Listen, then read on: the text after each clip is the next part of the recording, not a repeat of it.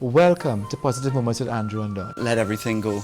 That was such a life-changing experience. It's a way of life, it's a way of being, it's a way of thinking, it is mind management. It inspires me to know that there's more to learn every single day.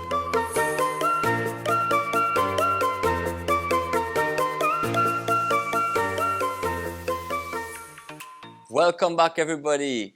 Episode number 13. Yes, the lucky number 13, and we'll be telling you why. Today we have a beautiful topic, a beautiful, lovely lady, athlete, role model, woman, daughter, lady of the soil, who will be telling you all about her story. Today's topic is about overcoming challenges through change.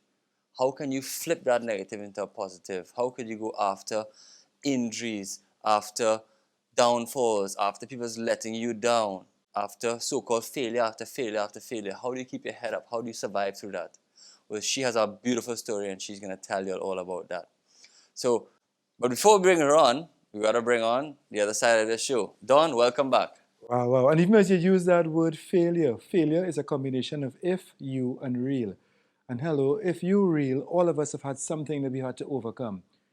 And let me tell you, from what I gather, and looking at her size, and so we have a national athlete here. I mean, I know Andrew didn't say her name as well. I'm not waiting. Let me say her name is Sherelle Thompson. Sherelle Thompson, some would know her as a swimmer, and I think immediately we have to dive right in because she has a fantastic story to tell. And Sherelle, I just want to take you back a couple years when I was like all about 25. I think that's and you were getting ready for a big meet. So you're a swimmer. In fact, I say a trainer because I'm trying to be a good swimmer. So let's go with that. In case you're wondering, you're looking at us, you want to be a trimmer, a trying to be a good swimmer, it's quite all right. You go ahead. But let me just tell you, you're getting ready to wear the red, white, and black.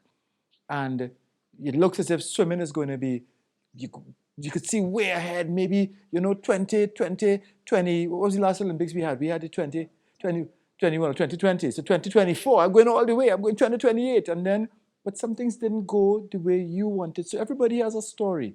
Tell us a little bit about your story and what started you off, and a little bit, how old were you in the pool from? What age? I started swimming at 4 years old. I was in kindergarten and learned to swim with a coach in South in Petrotrin, and I just instantly loved the water. So I looked forward every week when the kindergarten class was going to our extracurricular activity to get into the water and just have so much fun. Andrew, every time she says water, she has a smile on her face. So you could see that you felt that you're born to swim. There was something about the pool. What about the early hours? I understand you have early hours, you have to go in the water. That wasn't a problem for you? That is a different story. The time of day makes a difference. Now, I'm not a morning person, but now as an older person, it's no easier to wake up, but I am now more driven and have my goals ahead of me that help me to get out of the bed in the morning a lot easier than when I was younger. You sound purpose-driven, but let me tell you, where you are right now, it didn't start off there. I want to know about your start. I want to know about you. So you transferred from 4 years old. Tell us, just carry us up a couple of years and see what happened. Tell us a little bit. Yeah, so I learned to swim at 4, loved the water, but I have always also loved sport, being active. A young girl, I was a tomboy of sorts and was always in the street, either playing cricket, football, basketball, whatever sport was being played, I was around and I was excited to be a part of it. And throughout primary school, I would have joined a club also near the school I was going to in St. Gabriel's, and but I participated in primary school swim meets, and then on to secondary school, was representing my my high school there as well, and had always just, like I said, had a passion for being in the water. And at the time when I was in high school, I was deciding between playing football and swimming, and I would also participate in track and field events when sports day came around. I just loved sport. But as I got older and as my talent in swimming became more and more apparent to my coaches, they were encouraging me to focus my attention, focus my energy to my sport and not risk getting injured out of the pool. And so I had to let go of football. I also had to drop out of zonals competition one year. I had to have that hard conversation with my PE teacher and say, you know, I have to really protect my body as I'm getting ready to represent the country, because from teenage years, my first national team, I was probably 12 or 13 and representing Trinidad and Tobago at the Curvita Games. So I was a Curvita athlete, and then also would have participated in the Caribbean and Central American regional championships, and also represented at a number of games from Commonwealth to Pan Am World Championships. And for me, one of the things that I really enjoyed about the sport is the fact that the doors that it opened for me, and the fact that I was able to see the world through the sport. So as a teenager, it was a big appeal for me to continue to train and to work really hard and set my goals, my time standards that I wanted to make each year, so that I could wear the red, white, and black and find myself in Italy and India and see the world and meet people from all across the globe.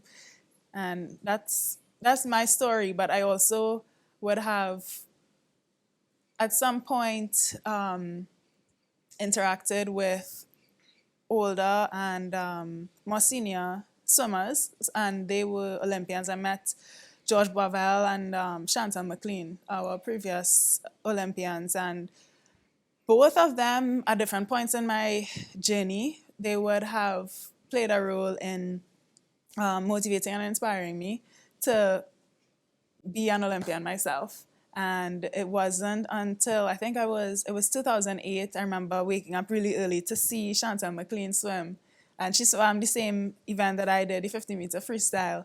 And I was like square in front of the TV, and I looking up at the screen, looking at her stand behind the block, and I said I wanted to do that as well.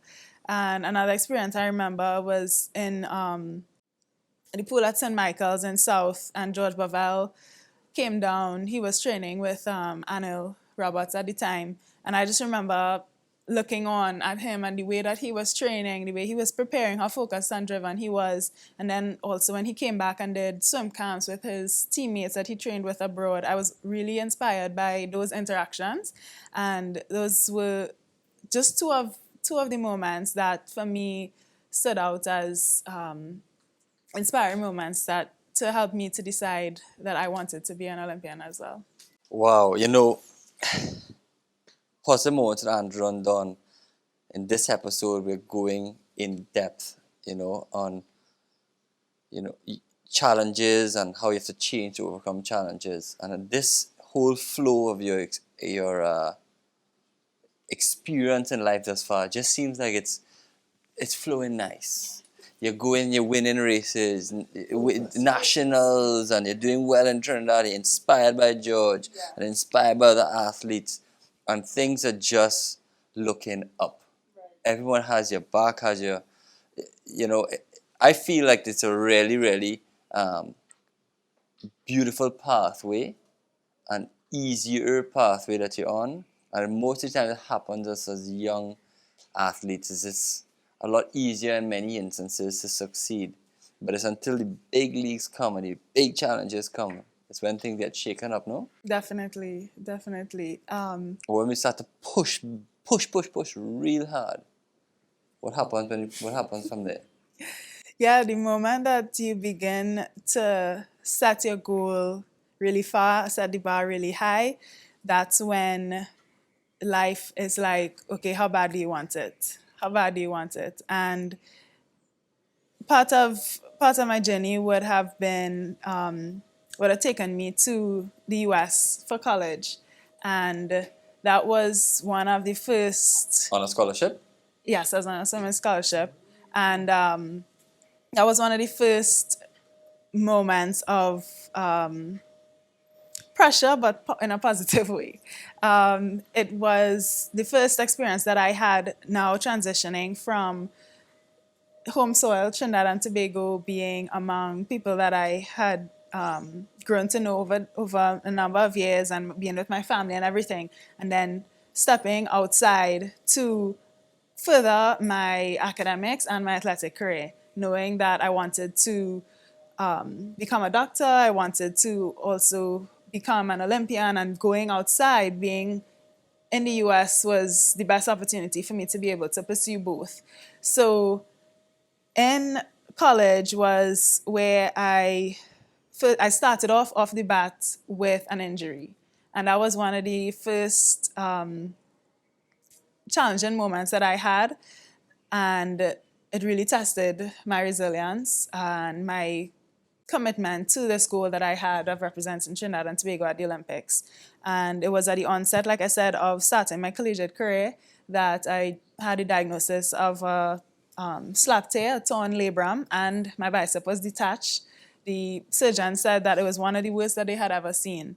And to be quite honest, when my coaches saw me even coming out, as I would have gone through the rehabilitation process and started back slowly into the water, finally starting to be able to pick up some speed, my coaches were watching and like, where's this girl going? Like, where has she come from? But I continued to Because persevere. you were fighting, right? Yeah, and I also, so I would have shared about the successes that I had as a teenager being in Trinidad and Tobago, but I left and became a small fish in a big pond. So I am there, not leading the pack. I'm behind the group, working as hard as I can in training sets, and when I go to competition though, I showed myself, and my coaches were taking more and more notice of me because, I mean, one, the injury was really bad, and I am competing with a team that is also vying for NCAA championships. And it was because of my perseverance, because of my hard work, my attention to all of the lessons. I was there to learn, I was there to grow. And as I paid attention and absorbed everything that I could, even using my teammates as competition day in and day out to help me to get better, and like I said, learning a lot from my coaches, coming out of that injury, I was able to, finish, fast forwarding a few years to finishing my collegiate career as an NCAA swimmer, a Division One, All SEC, All American, to have accomplished those accolades after the injury that I had and knowing where I came from in terms of being behind the pack on the team. It was a real accomplishment. But in order for me to get there, the path of becoming an All-American, becoming an NCAA finalist, it was day in and day out, hard work, persevering through the injury that was one I didn't expect to see coming. Like Andrew said, the path looked really clear and it was inspiring and exciting. I'm ready to go. I'm heading abroad, starting college, a new experience, a new adventure. And here I am with a sling on my arm, walking around campus and watching my teammates train for like the first 8 months of my collegiate career. I imagine there were many times that you wanted to give up. Definitely. And they say a bend in the road is not the end of the road unless you forget to make the turn. And having to walk around with a little sling and knowing that the arm is so important for swimming, right. What kept you focused? Because you still had a dream, I imagine. You still had a dream, but this injury is real. And I mean, what you described there as the injury is not a small injury. It's not like a little cut like going to heal after a little while. This could put you totally out of your career. You could just give up on the whole thing. Right. For me, there were a couple of things. The family support that I came from back home. Thankfully, we had the World Wide Web.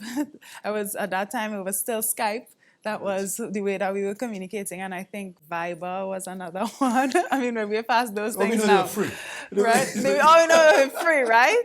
But that was I was in constant communication with them, and their support and prayers were a real help for me, as well as the environment that I had on the team. I also was very fortunate to be on a team surrounded by people who supported me and wanted to see me grow and to be successful as well.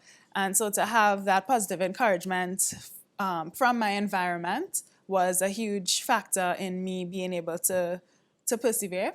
And then lastly, it was also my faith. I have always been a person that has been believing in God and believing in His sovereignty and knowing that He works things out for a purpose and for a purpose that is for my good. So as much as it was so hard, and I mean, this is the one of, we're gonna get into the other chapters of my story, but this was like the first big chapter, and here I was at that point being like, I cannot do this.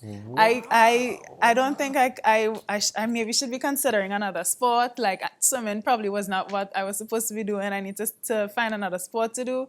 And then I also remember being in tears, like, this workload is too much. I left and started college, and I was in tears saying, these assignments, they're like coming so fast and so quickly. And it just felt like a whole lot. It was a lot of pressure.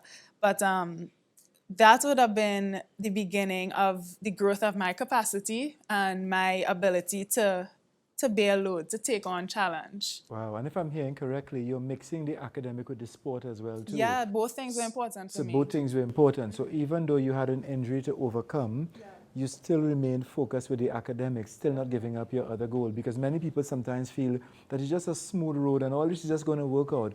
But I like the fact that you're faith and you have a big God. So you know, for example, that he's not gonna let me go, and I'm gonna go for it. And Andrew, a lot of people give up. I mean, even from your own story, Andrew, of not giving up, which is so admirable, and many of us admire you for it. It really talks about resilience. And so after not getting, you didn't. I'm hearing correctly. You didn't make it on the Olympic team with what was good. You didn't make it on that. 2012, And that was on 2012? No. So the injury the injury, wow. But it wasn't over, because here's what we have: Rio in 4 years' time. You know, did you have to do any surgery as well too? I did actually have to do a second surgery in 2015, and that was a bit of a concern. Feeling the pain again coming up towards the end of my collegiate career, and I know Rio 2016 is around the corner. Is Olympics possible? And I did the surgery, but it was a lot better than the surgeons expected. And I didn't have another tear, but they did clean up scar tissue. And so I was on the road after that surgery in 2015, working towards Rio, continuing towards Rio. Wow. Andrew, she seems very, very driven, because here, Olympics 2016 in Rio is around the corner, and you're willing to make that turn. You're willing to say, look, I'm going to get there. But somehow, Rio didn't materialize. I mean, we may not get into the sensitivity of it, but Rio just didn't happen. How was that for you? Yeah. The disappointment there was, it definitely cut deep. I, would have shared the lead up to 2012, and then having overcome that first challenge, I'm like, yes, Rio is it. Road to Rio, here we go. And I would have given everything that I could.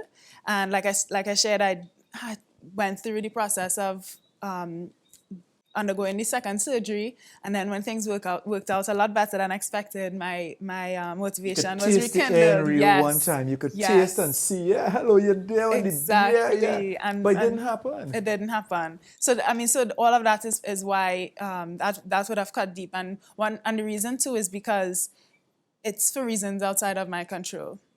But the thing is, coming out of that, I realized, so I would have qualified, made an Olympic standard to go to Rio in the 50-meter freestyle.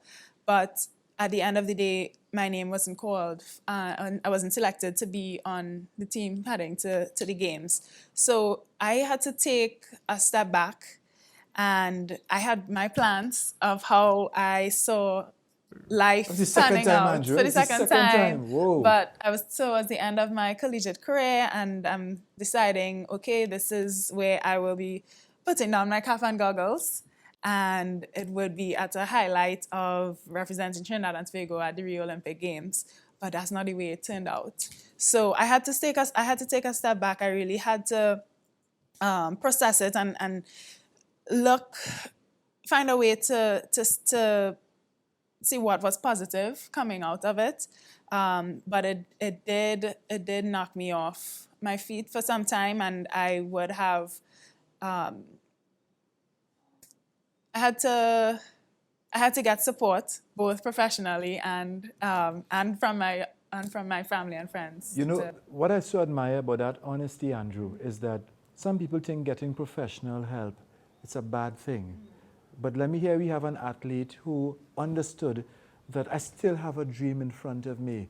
And this is not a one-man show, a one-lady show. Right. It means that I can have a team around me. Your team was very important. And again, I mean, whether it's through Skype or whichever medium, but you had people around you who were supporting you and saying, go, Sherelle, go. I mean, you're swimming and you don't really hear people screaming, go, Sherelle, go. But let me tell you, Sherelle, I'm imagining inside of your name, there's an S. No, there's no S, there's a C. So therefore that C... It's French. It's French, so Sherelle. I just tell you, no, it's okay, I could see, but I could just tell you, the C means that from the beginning, they had to have some courage. And what I'm getting from you, courage is really a combination of our and cage. And our is inside of cage, and it's our responsibility to get out of any cage. And you could have been in a mental cage there. Yeah. You could have decided, here what, 2012, it was bad enough, my shoulder was injured, it was on the left or the right?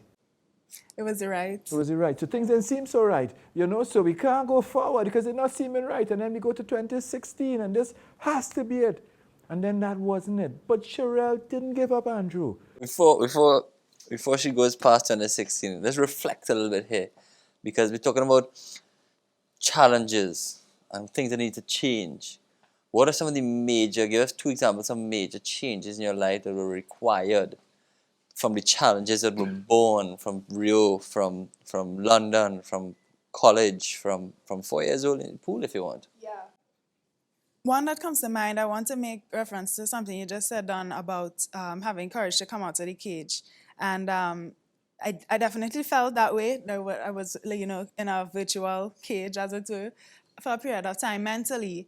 And also, as you said, the power of your environment, the power of my environment, and the team of people that were around me that God brought into my life to literally a part-time job that I worked at in the interim. I met a coworker there, and just the conversations that we had, I remember looking at her and being like, okay, this is the reason why I'm here. And it was just our conversation. She's not a professional psychologist or anything, but the way that she questioned me and some little things that she would have said along the way in our conversations, it started to put me along a path of like a new perspective. And I was like her helping to open the cage. And then another person that God brought into my life later on would have been Andrew.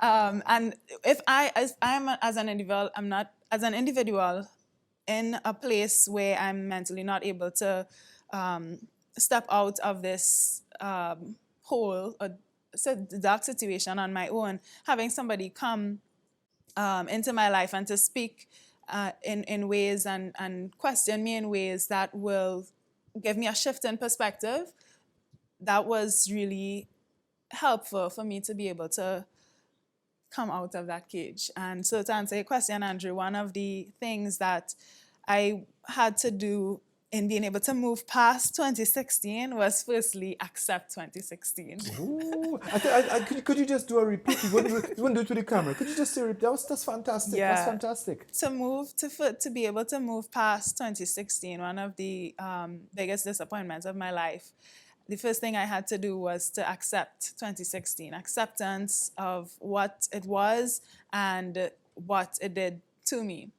And then the second thing that I would have learned from you, Andrew, as we interacted, was also being able to take from that what was within my control to change. So what is the lesson from it that I could, from the situation, if there's anything at all? Yes, for the large part, there was a lot of it that was outside of my control. But if there was anything at all that was within my control for me to do differently, how can I, what changes can I make as an individual to help me to have a better outcome if I were to pursue this in the future?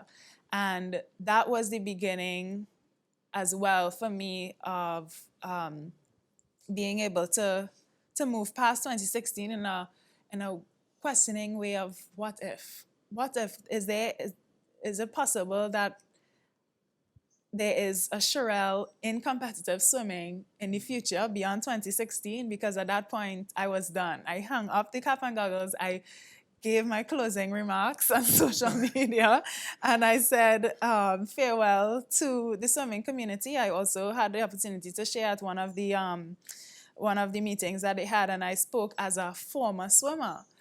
But being able to, like I said, accept 2016 for what it was, and then take the lesson from it and see what was within my control to change. Those two things helped me to make some huge positive steps forward, and I'm excited to share what comes next. Wow. You know, Andrew, I'm listening. There are two L's in Sherelle. Yes. So there was a lesson in 2012. There's a lesson in 2016. And just when you say you close up shop, you put down the cap and the goggles and so, what I think really happened is that Sherelle, you said, there's a Sherelle who can give up. Right. And the lesson is less on, so I'm still able to go on. There's less that I have to take forward. So you now start to come into who is the real Sherelle. And I think in that journey that you've been taking us so eloquently through, in that journey you start to discover who you really are. And that person is still Sherelle, the swimmer. You know, so Andrew, I want to dive and get straight into, because Sherelle still went on. Yeah. I mean, after Rio, she went on. What I think is a great way to look at those two L's, Don, is that we have all these experiences happening, and they are adding up. Wow. And when we take the two L's and we put them like this, wow, it's an equal. Oh, wow. It's an equals. So what comes next? What comes next? Wow. That is the ability to take all of the experiences. Yeah, they're adding up. That are adding up. And what do we get an equal sign to do? Experiences were adding up. People that were being sent into my life purposefully, they were adding up. And in 2017, towards the end of 2017, I had one other person a coach who I had known from my childhood. He came to me and asked me one question that was kind of the deciding moment for me to get back into the pool. And he asked me point blank, has the dream died? And that was, I said no. There's something still there that I have not been able to let go of. And that was the moment that I made the decision to get back into the pool and to pursue competitive swimming again. And Tokyo 2020 became the goal. Wow. I know it's not the first time you're going to hear it on this program, but dreams become a reality for those who do more than just dare to dream. And you had to dig deep. You certainly had to do more to decide. I didn't make it in the first two. I didn't make it in 2012. I didn't make it in 2016, but certainly 2020, which turned out to be 2021, but 2020, which is like clear vision, I'm going to go for it. I'm going to see a pathway, and I'm going to go for it. Sherelle, I want you to look to the camera that's directly in front of you. And Sherelle, I believe there's a youngster or 2, 3, 4, or even more, a youngster who they've given up already. The promise was there, the potential was there, the coaches are saying you could do it. But Sherelle, I want you to speak to that youngster in front of you and let them know, Sherelle Thompson, didn't you just speak to them and come on, you just get them fired up inside.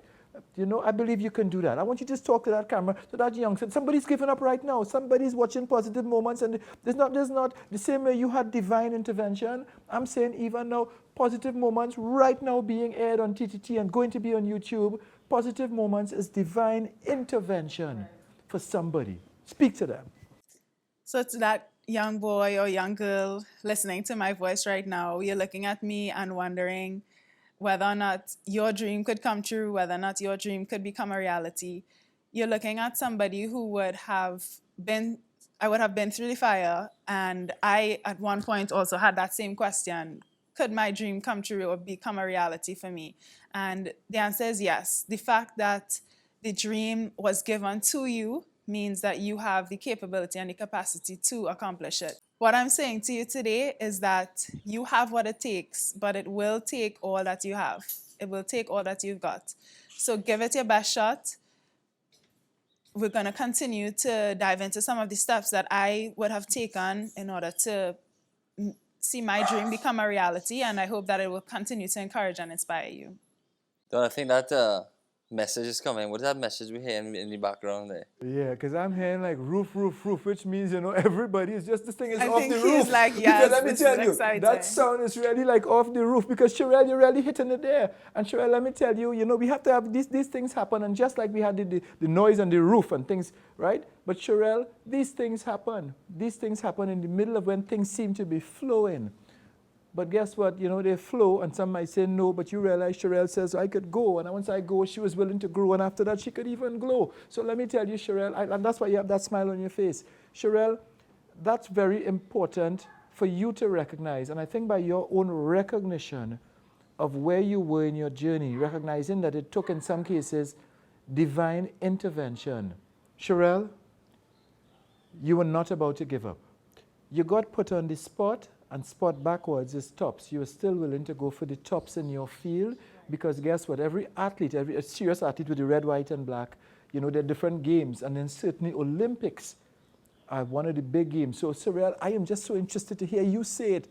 After 2016, there was Tokyo. It was Tokyo. And what had happened? So you got 2 disappointments before. After 2016, there was a knockoff, got back on the horse, and then there was Tokyo. So did you get to Tokyo, Sherelle? I can excitedly say that I did make it to Tokyo 2021.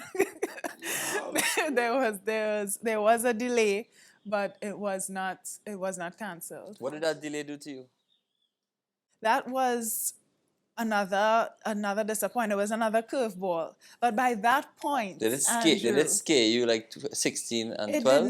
It did not. And that's the way that things would have added up along the way, because after having curveball and disappointment and challenge along the way up until that point, I kind of saw it coming that they were either going to cancel or postpone it.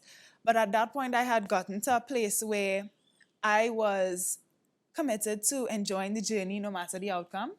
And once they made the official announcement that they were going to postpone the games, I accepted it for what it was. It was a hard pill to swallow, but I accepted it.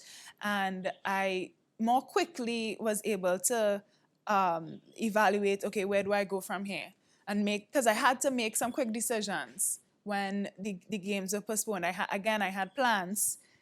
Things were mapped out as how I was going to complete the games and transition to medical school, and then transition to playing a different role in sport. But the games were postponed, and I needed to decide what would Sherelle do? How was Sherelle going to move forward?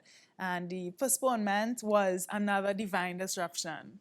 There was a lot of excitement that took place within the span of those 12 months that the games were postponed. Wow, and I could actually feel the excitement. And Sherelle, eventually 2021, you're on a plane and you're heading to Tokyo. What was sit down in that plane, because I'm finally making my Olympic. Just give us a little idea of what the mindset, you just sit down on that plane, and Andrew, I don't know, Andrew went as well. Yeah, Andrew went 21. Yeah. He said he might have been on the plane there, But let me just tell you, you can just imagine you sat down there, and you're finally doing, Andrew, she's finally heading to an Olympic Games to represent Trinidad and Tobago. Did you walk out in the opening ceremony too? I did. And what was that like? Because you missed two opening ceremonies. Right. What was that like? What was that like for me? Yeah. I mean, both the plane ride and the opening ceremony, being on that plane to Tokyo, I'm a very reflective person, and my sports psychologist also gave me a couple of questions to be thinking about. So I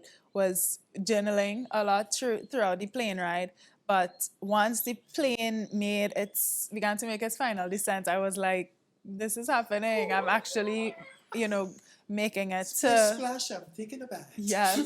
And I felt the same excitement, like once I was making my way around the corner to head to that aquatic center, the aquatic arena. That was the most exciting experience for me, to have finally walked through those that opening at the aquatic center and to see the Olympic rings everywhere, from in the water to in the stands, and just to take it all in. There were no spectators, but it was just very an awesome moment. Well, there's water in the pool, but certainly you would have had a tearful moment, or one or two little tearful moments. Surprisingly, no, not at that point.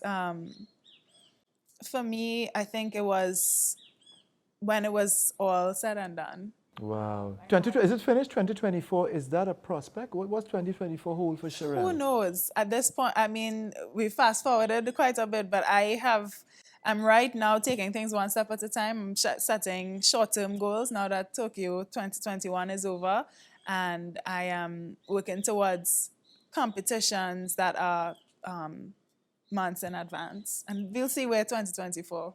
Wow. And your specialist is what, the 50-meter? Yes, I'm sprint freestyle, so I do the 50-meter freestyle. Which is over in how many seconds? What's your best time? Less than 20. My best time is 25.3 Second. 25.3 seconds. Wow. Andrea, I take a long time to walk.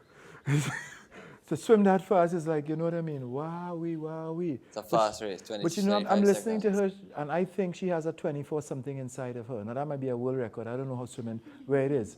But Not I believe, quite a world record, but yes, that's it. That's yeah? next goal for me. The next goal. But Sherelle, I'm listening to you, and honestly, I feel inside of you there's a 24 and a high 23 maybe inside of you, because you have walked the path. And I mean, some people. How many E's in Sherelle? Two. So every experience is meant for the next experience. And certainly with your experiences, Sherelle, I believe that you are going to have even a better qualifying time and so. And I believe we could still be chatting with a medal winner. It's not about the medals. We just think about the medal, the goals. Icing on the cake, but the experience. But the experience itself is invaluable, And Sherelle, you're just to me a role model. That's what I've seen you growing into. Are you mentoring any youngsters in the pool now? Are you mentoring? Yes, I've reached out to a few athletes, and I'm also an Rise Athlete Mentor, an organization founded in the U.S. by two U.S. Olympians.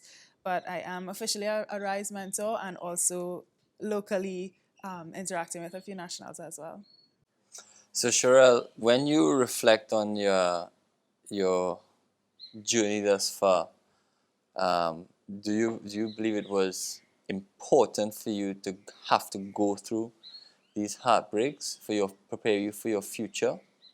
Yes, that is not something that is welcomed. Like, to say that I expected those things to have happened, or to excitedly want to take them on. But in hindsight, as I would have reflected on my experiences, evaluated my experiences, those challenging, disappointing, curveball experiences were all very, very necessary and integral in me becoming the person that I am today. They would have, the experiences would have stretched my capacity to become a more resilient young person, to become more driven, to become more aware of what exactly I want, and to be able to map out how I wanted to get there, and to have a plan that at least I can come back to, even though life doesn't go always according to plan. By now we learn that, yeah? After Definitely. Whoa. But at least being able to know where you're going, and the ways, being able to count the costs, how are you going to get there, what it would look like to get there, some of the ways that I would have been able to grow, and one of the biggest ones was definitely me being able to grow in my faith and my trust in God, because along the way there were some experiences, some places that I got to that there was no way without Him I would be able to call myself an Olympian right now. I would not have gotten where I am today if it wasn't because of God and my faith in Him. So what y'all are seeing here today, boys, girls, ladies, gentlemen, all the viewers, courtesy of Republic Bank, what you are seeing here today is a true testimony of the importance of what challenges can do for you. It could bring positive change. Once you decide to change it into something positive. What Sherelle has explained here, she's gone through heartbreak after heartbreak after heartbreak. But those two beautiful L's in her name. And you all have, believe it or not, you may not have double L in your name, but you all have that inside of you. You all have that equal sign that says you can go on to the next thing. You can achieve Olympic status. You can achieve business, health, family, whatever it is. That status exists in you, no matter the challenges. And Don, I want to ask you an important question, because we hear the powerful story of Sherelle, and Sherelle, the same question goes for you. That there's a point in your life, Don, where you have had endless challenges, but somehow your confidence stays high. Somehow your belief stays high. Yes, you believe in God, and God is your rock, and God is your creator, and God is the one who keeps you floating. But through God's gift of the ability for you to create and for the ability for you to decide your next step in life, there has been a foundation built that you could always go on somehow. And sure, I want you to answer the same thing too, because once you reach this Olympic status and once you reach a certain place in your life now, you could almost take on anything. But Don, you go first. You know, but I just want to go straight to that word GIF. And that word GIF is G and then IFT. In GIF you have if and then you have it. God has given all of us a gift. If we use it, it's not up to God, it's up to us. And every single gift will FIT fit, because you can't have gift without a FIT. And certainly knowing that the gift is there. Andrew, knowing that the gift is there, knowing that God has gifted all of us, not a Andrew Lewis and just a Cheryl, right? Thompson, God has gifted all of us to be able to do something. And Cheryl had to keep remembering that she was gifted. That her first coach that said, Cheryl, you can take this all the way to the Olympics, she still had to keep believing in that. And it's very important, we have to keep believing. We have to keep believing. And in spite of the curveballs, inside of the corners that come, the things that try to hit us, we have to go. And stuff, don't be fooled. Things happen in life that none of us expect. We can plan and God laughs, because he sees that somewhere around the road, something is going to go a little wrong with that plan. But the plan is for us to continue. I want somebody to hear us carefully. You have to continue. Yes, you might have to do it in 4-year intervals. Andrew, you know it happens every 4 years and whatever. You're so very right, Don. Like you said, there's a gift in each and every one of us. And the number of challenges that we go through, the number of trials that we face, it does not devalue or take away what is within you. And there's an analogy that I love, I learned when I was a teenager, is the value of a $100 bill will not change at all, even if it is soaked, torn, mudded up, or crushed. The value of that $100 bill is the exact same, despite all the challenges or difficult things that it went through. And one of the things that allows me to be able to move from challenge to challenge and grow from challenge to challenge is adopting a growth mindset and having the importance is in the perspective from which you see the situation. So if you see the challenge as something that was brought to you to knock you out and to take you away from, to remove you from being able to achieve that goal or dream that you have set out to achieve, that's just what you will get. That's what it will be equal to, like Andrew said. But if you see that challenge as something that is making you stronger, more equipped and ready to take on and to accept, to receive that dream that you're working towards, you'll be able to grow closer to it in a transformed way. Well, I think there's a lot that we received today, because let me tell you, Cheryl, this is sponsored by Republic Bank. But let me just tell you, you are representing the Republic of Trinidad and Tobago beautifully. And I have no doubt that you're going to continue to do the same. You're able to take what seemed to be a trial and turn it into a trail for others to follow. And that trail you have rail, and that's something you can hold on and others can actually hold on and be able to go places, you know. So I want to encourage you, you know, even on behalf of Positive Moments, this inspires us. You know, yeah, we might try to be an inspiration to others, but certainly having the wonderful guest that we have on, Andrew, is certainly an inspiration to us because somebody's looking at you, Sherelle, and saying, if she can, so can I. If Andrew can get up, so can I get up. If Don can do things with words, Andrew's going to do it as well too. No, thank you so very much. I really, really appreciate the opportunity. Thank you for having me. It was my pleasure to be here and to share my story. So, ladies and gentlemen, boys and girls, all viewers, thank you so much for tuning in. I hope that Sherelle, Dawn, and myself gave you nothing but love and positivity. May you continue to overcome all your challenges through positive change because you can. Dawn, over to you. Well, let me just tell you, folks, it's not over till it's really over. Hear me? It's not really over. So we're going to have another episode. But I encourage you, you've watched us live today, you need to go on the YouTube channel, Positive Moments with Andrew and Don. There's so much more if you want to email us. Andrew, what's that email address again? andrewanddawnlive@gmail.com. Wow, wow, wow. And we hope you come again, everyone, every single one of you. This has been Positive Moments. We thank Republic Bank again for making it possible. And again, the dreams, listen to me, splish splash, don't take a lash, listen to me. The program, it want to crash, but no, listen to me. You just go for the finish line. And you like Sherelle, you could do that in a dash. Plap, plap. Go ahead.